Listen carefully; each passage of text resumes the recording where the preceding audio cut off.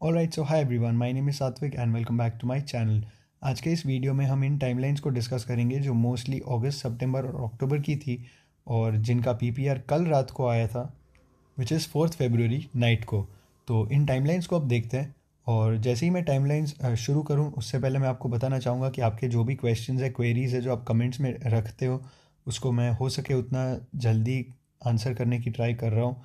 और अगर आपको अभी तक आंसर नहीं मिला है तो जैसे ही वो आपका क्वेश्चन मेरे नज़र के सामने आएगा, मैं उसके लिए आपको जो भी प्रॉपर आंसर होगा वो दे दूँगा।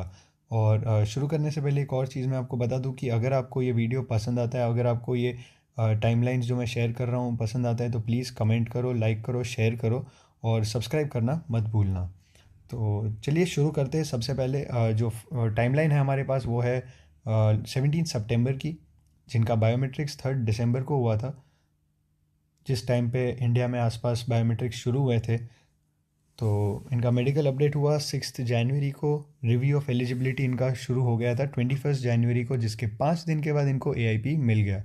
तो ये एआईपी वाली फ़ाइल है, एसडीएस वाली फ़ाइल है। और इनका बायोमेट्रिक्स भी यहाँ पे हुआ था इंडिया में, क्योंकि 3 दिसंबर को इंडिया में खुल गया था, तो मोस्टली बायोमेट्रिक्स इंडिया में ही हुआ था इनका। और बीबीएल और पीपीआर 4 फरवरी को इनको रात को मिल गए थे, विच इज़ 9:17 PM, और उससे 1 घंटे बाद इनको पीपीआर मिल गया।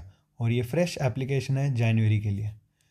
इसके बाद एक और एसडीएस कैटेगरी है जिन्होंने 28 अगस्त को अप्लाई किया था। मेडिकल अप्रूवल उनका 20 अक्टूबर को, बायोमेट्रिक्स हुए उनके 5 दिसंबर को, और बीवीएल इनका आया था 3 फरवरी को, और उससे 1 दिन बाद उनको पीपीआर मिला। तो आप देख सकते हो कि ज़रूरी नहीं है कि अभी तक हम जिस तरीके से देख रहे थे कि 10-10 मिनट का गैप होता है बीवीएल और पीपीआर में, या फिर 1 आध घंटे का होता है, यहाँ पे आप देख सकते हो कि पूरा 1 दिन का गैप है। तो शायद आपको बीबीएल के बाद पीपीआर अभी तक ना आया हो, तो आप पैनिक में मत हो जाना। आपको वेट करना है, क्योंकि आपके सामने ही ये केस है। इसके बाद ये जो टाइमलाइन है वो है 20 अक्टूबर की फ़ाइल है, जिसमें 2021 का इनका जैन का इंटेक था। और मेडिकल इनका हुआ था 7 सितंबर को, जो 16 जनवरी को अपडेट हुआ, और उसी दिन इनका एलिजिबिलिटी भी हो गया था। बायोमेट्रिक्स हुआ इनका 8 दिसंबर को। एआईपी उनको मिला 19 जनवरी को, सबसे 1 वीक पहले। और बीबीएल और पीपीआर इनका 4 फरवरी को रात को 8:15 बजे इनका हुआ। इनका भी एसडीएस कैटेगरी है, और 2019 में इन्होंने बीकॉम ऑनर्स में से ग्रेजुएशन किया था, और फिर लैम्पटन कॉलेज मिसिसागा में है अभी। कॉन्ग्रेचुलेशन सबको। इसके बाद ये जो फाइल है वो 18 सितंबर की है, जिनका बायोमेट्रिक्स 3 दिसंबर को हुआ था। मेडिकल अपडेट हुआ इनका 22 जनवरी को। एआईपी मिल गया उनको 4 दिन के बाद, और पीपीआर उनको 7:30 को मिला शाम को। तो कॉन्ग्रेचुलेशंस आपको भी। अब 16 सितंबर की एप्लीकेशन है, जिसका बायोमेट्रिक्स हुआ था 12 जनवरी को। मेडिकल अपडेट हुआ उसके 6 दिन बाद। उसके 8 दिन बाद इनको एआईपी मिल गया, और इन्होंने 4 फरवरी को पीपीआर रिसीव कर दिया। तो ये एक चीज़ जो लोग मुझे बता रहे हैं, जो लोग ऑब्ज़र्व कर रहे हैं, वो ये है कि जिनके बायोमेट्रिक्स लेट हुए हैं जनवरी आसपास या फिर उसके बाद, उनकी पीपीआर जल्दी आ रहे हैं। तो ये ऑब्ज़र्वेशन हो सकता है, लेकिन ये कंक्लूजन नहीं हो सकता कि यही तरीके से आईआरसीसी काम कर रहे हैं। तो ये बात को लेके हमें बिल्कुल भी टेंशन नहीं लेना है। ये लोगों का सिर्फ ऑब्ज़र्वेशन है, इसमें कोई कंक्लूजन नहीं आ सकता कि यही तरीके से वो आगे बढ़ रहे हैं। तो हमें डरने की ज़रूरत नहीं है। इसके बाद जो है वो 21 सितंबर की फ़ाइल है, जिनका मेडिकल अपडेट हुआ था 18 जनवरी को। एआईपी मिला उनको बिल्कुल 10 दिन के बाद, और इनको भी पीपीआर मिल गया 4 फरवरी को। और ये है बहुत यूनिक केस है, क्योंकि ये टाइमलाइन में 8 इयर्स का स्टडी गैप था इनका। तो देखते हैं इनका टाइमलाइन।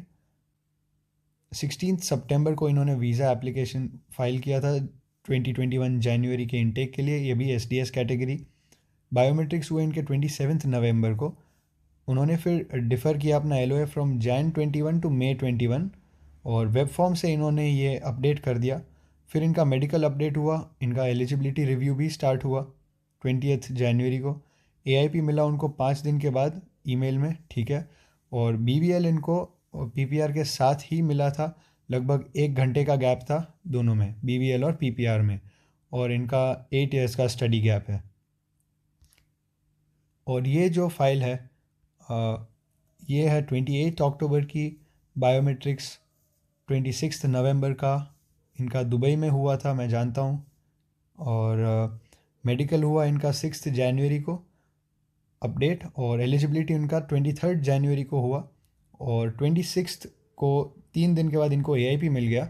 और रीमेडिकल जो है 30 जनवरी को अपडेटेड ऑन 3 फरवरी, और BBL इनको मिला 4 फरवरी को, और फिर इनको PPR मिल गया 5 फरवरी को, वो भी 12:50। तो ये जो फाइल है इस पर मैं आपको ये बताना चाहता हूँ कि इनका मेडिकल एक्सपायर अभी तक नहीं हुआ था, लेकिन फिर भी उससे पहले ही इनको रिक्वायरमेंट आ गई थी एम्बेसी से कि आपका मेडिकल अपडेट करवा लीजिए।